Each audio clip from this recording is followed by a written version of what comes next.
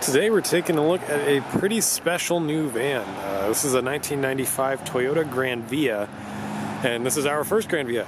Definitely not the last, but the first, and the first one that I've personally seen in the US. They started manufacturing the Granvia in late 1995, early 1996, so we had to wait quite a while to get one of these in, but it's finally here. It's based on the Hiace frame, but with a few changes throughout. It's a 1KZ engine, so the 3-liter turbo diesel, and full-time 4-wheel drive. That's still the same from the Hiace, but you can see this one has a little bit less ground clearance, but a lot more space. It's a bit wider, it's a bit taller on the inside, so you have a lot of space to work with in this. It's a bit more of a practicality-focused version of the Hiace. And yeah, it's known by the KCH16 body code. And this one is a really clean example.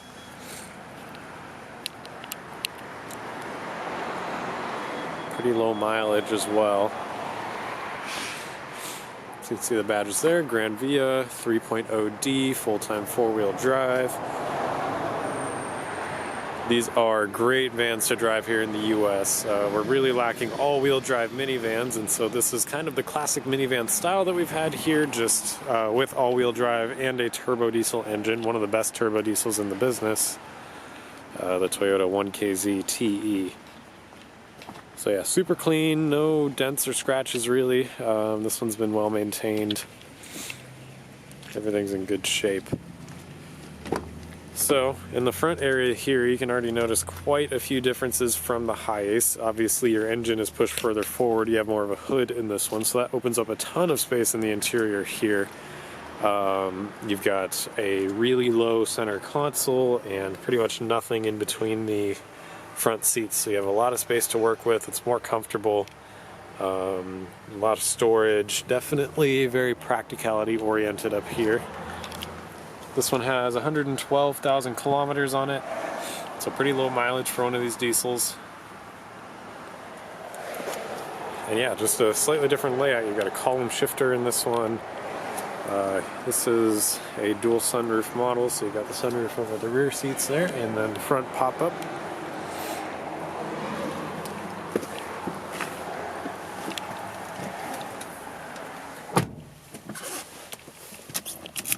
Start it up.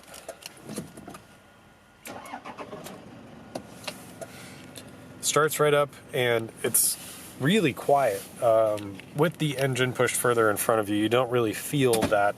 You don't get the full body experience of the cab over style vans, so you don't feel the rumble of the engine as much, which for some people is a benefit. A lot of people don't really enjoy that diesel clatter, so this has way less of that. It runs great. Engine sounds cool. It makes the loud turbo noises. Well, that's pretty awesome. Center console here is pretty simple. You've got your climate controls up top there. Aftermarket Sony stereo there. This one is a non-smoker. Cup holders there. And then a huge storage box in the middle. See, up here you've got your idle up button, so you click that and it'll idle higher if it's really cold in the morning and yeah, you're just starting it up for the first time, you want to warm it up before you leave. You can turn up the idle so that it heats up faster.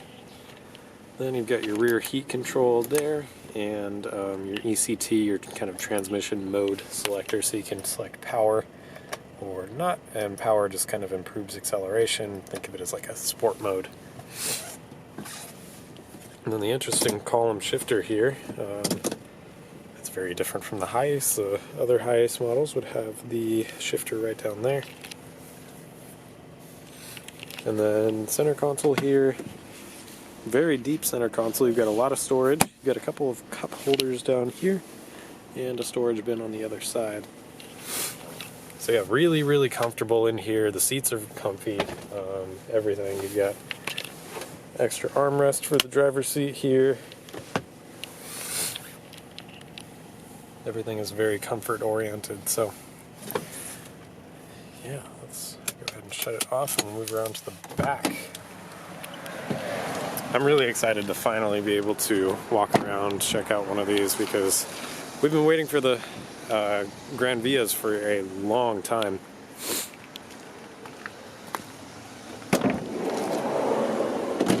So back here, it's pretty standard van. We've got a large sunroof up here that opens all the way back. But it's a 8-seater model, so you've got a bench seat front and rear. The middle row does rotate. That's a standard in all of these Japanese vans, that it'll spin around 360 degrees.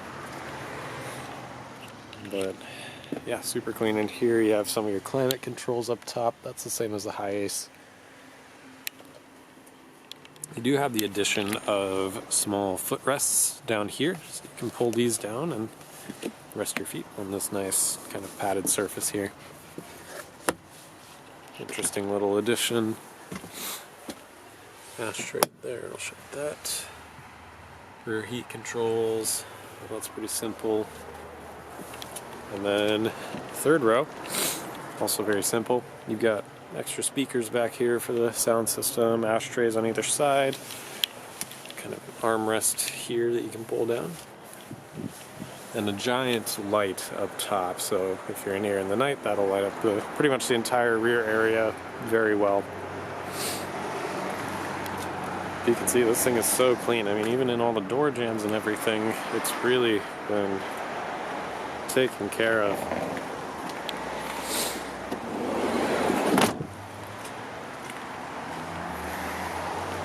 And back here, this is an interesting view of it, because this makes it look as wide as it is. It's a bit wider than the Hiace models, and so a lot more space on the inside because of that.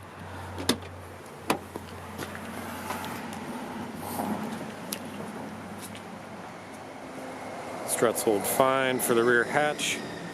There's a Granvia nameplate there. Rear storage area, there's not much to talk about back here. You have these little compartments, some secret storage in there. Let's see, and then you've got your original toolkit and your jack on that side. Small light here. This one is missing the curtains. It does have the rails for curtains though, if you want to add them in. And you get a good view of the sunroofs there as well. This headliner's in great shape.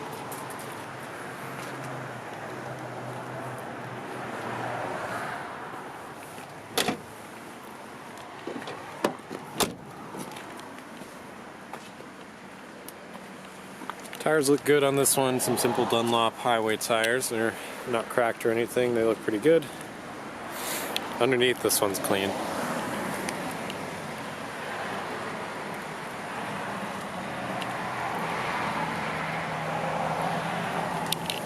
And you've got independent front and rear suspension, so a much smoother ride, but you still maintain that full-time four-wheel drive, which is great.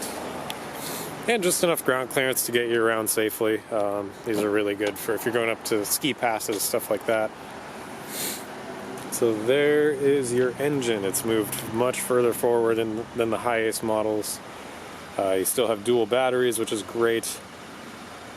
It's a 12-volt system, but you've got some extra juice with these ones.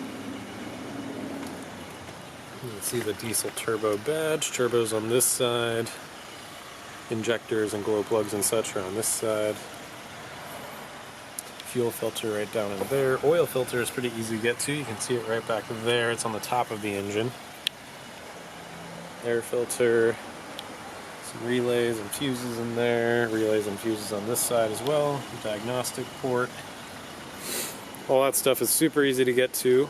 Timing belt was changed recently, 101,000 kilometers. So we won't have to worry about that one for a while. And there is the kind of number plate that shows your model code, engine, all that stuff. It's pretty faded, but we'll try to get some better pictures of it to put on the website.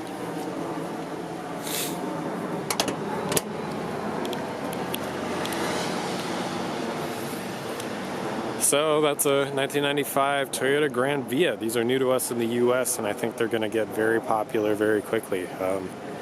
It's more of a livable version of the Hiace van. It has a lot more space, great for camping, and just enough ground clearance to get you pretty much anywhere you need to go in the Pacific Northwest. So Definitely check this one out on the website before it goes. We do have more on the way. Those will be posted soon. That's our 1995 Toyota Granvia. Thank you for watching.